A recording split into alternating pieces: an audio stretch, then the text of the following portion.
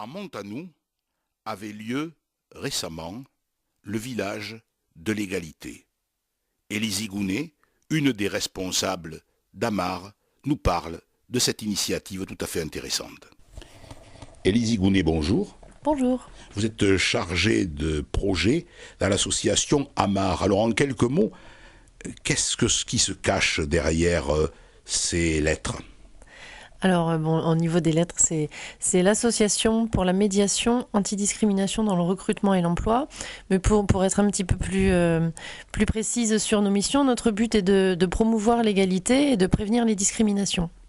Donc là, vaste tâche. Et dans ce cadre-là, vous avez organisé avec cette association le village de l'égalité. Alors en quoi consistait cette opération ? Alors oui, nous avons organisé ce village de l'égalité parce que nous pensons que l'un des moyens de prévenir les discriminations, c'est de permettre aux citoyens de se mobiliser eux-mêmes pour défendre leurs idées, pour défendre une autre vision de ce qu'ils sont.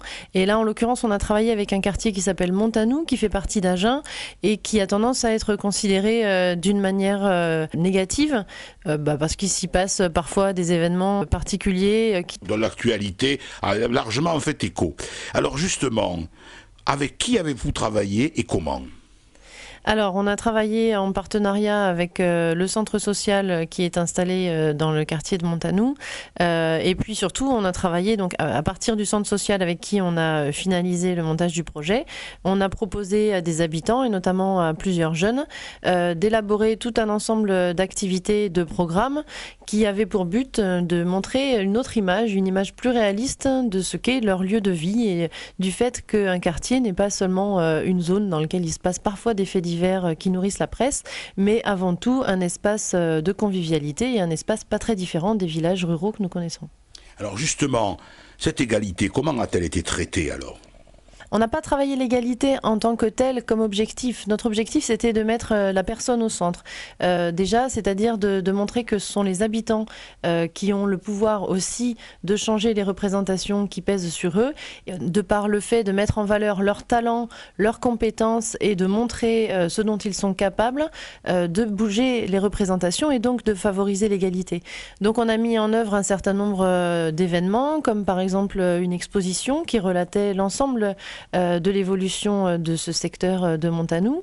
On a organisé un ciné-débat, on a organisé une auberge espagnole, on a organisé un atelier d'expression notamment, et puis une journée sportive, voilà, d'autres animations sur une semaine, et on a accueilli sur l'ensemble de cette semaine environ 2000 personnes. 2000 ? Mais c'est énorme ! C'est bien, on est très très contents, oui. Et alors, quelle a été la réaction des habitants ? Alors, la réaction des habitants extérieurs à Montanou, elle était toujours étonnée. Je me souviens notamment après le street art nocturne, donc on a fait une promenade nocturne dans Montanou en faisant découvrir des affichages en street art. Les personnes étaient déjà étonnées de la convivialité, de l'ambiance qui était sympathique. Il y a un endroit où on a partagé le thé, une association locale qui nous a offert le thé. La visite a été guidée par des jeunes du quartier. Et donc les gens ont souvent été étonnés de découvrir un quartier bien différent du reflet qu'on en a habituellement. Et les habitants de Montanou eux-mêmes se sont vus autrement ? Oui, j'espère en tout cas. Je sais que certains jeunes qui ont participé au projet ont remarqué qu'ils avaient le pouvoir de faire changer le regard que d'autres portent sur eux. Alors justement, il va y avoir une suite ? Alors il va y avoir des suites, a priori il y aurait une association qui serait en train de se créer suite au village de l'égalité, mais bon voilà, moi l'objectif étant que l'association Amar soit facilitatrice du projet, voilà, je n'exige pas d'être tenue au courant de toutes les suites.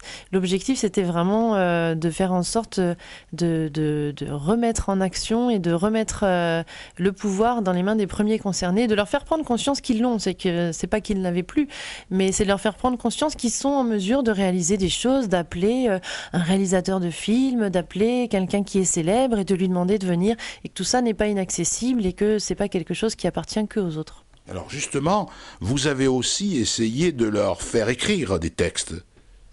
Oui, on a organisé au cours d'un atelier d'expression l'écriture de cartes postales qu'on a nommées Vœux pour l'égalité. Alors cette carte postale porte sur son recto une vue aérienne du quartier de Montanou en perspective avec la ville d'Agen.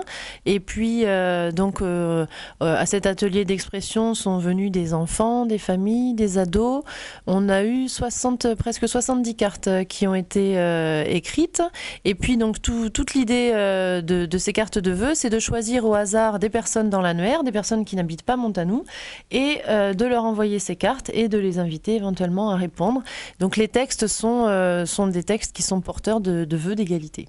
Alors Valérie va nous en lire peut-être quelques-unes. Alors, une carte postale de Yasmine, Nesrine et Shaïma. Montanou, M de monde, ou N nous, T tenons, A, N de notre, O origine, U unique. Montanou, un quartier de partage, d'échange, de convivialité et d'égalité. Montanou, le monde est en nous. Une autre carte postale de Christine, petite invitation à découvrir ce petit paradis qu'est Montanou, riche en origines diverses, une grande solidarité, une dynamique joyeuse et conviviale. À très bientôt, j'espère. Et une de Livio. Mes parents disent de moi, elle nous en a fait voir de toutes les couleurs. Mais moi, à 48 ans maintenant, je sais ce que j'aime et c'est que dans mon quartier, il y en a pas mal de la couleur. Montanou, mon quartier arc-en-ciel. Il y a même eu des réponses, Élise aussi. Et oui, il y a eu des réponses et c'est exactement tout l'objectif, c'était de déconstruire aussi les peurs, les inconnus, autant du quartier vers l'extérieur, mais aussi de l'extérieur vers le quartier. Et donc, on a eu la joie de recevoir effectivement une première réponse que je vais vous lire. Merci Zaya pour ta gentille carte. C'est formidable. Tu es heureuse dans ta petite ville de Montanou, qui est pour toi la plus belle, car tu es entourée de ceux que tu aimes. Je te souhaite un joyeux Noël. Il te faut être bien sage pour que le Père Noël passe. Je te fais de gros bisous. Et ça a été signé une maman qui aime les enfants. Voilà, cette dame a mis ses coordonnées sur l'enveloppe et c'est quelqu'un qui habite Bonencontre. Donc on est à la fois tout près et à la fois ça peut paraître loin quand on est dans Montanou, mais voilà, on a ce lien qui existe et qui est tout à fait accessible. Merci Élise de nous avoir fait partager cette belle expérience. Et à bientôt. Merci.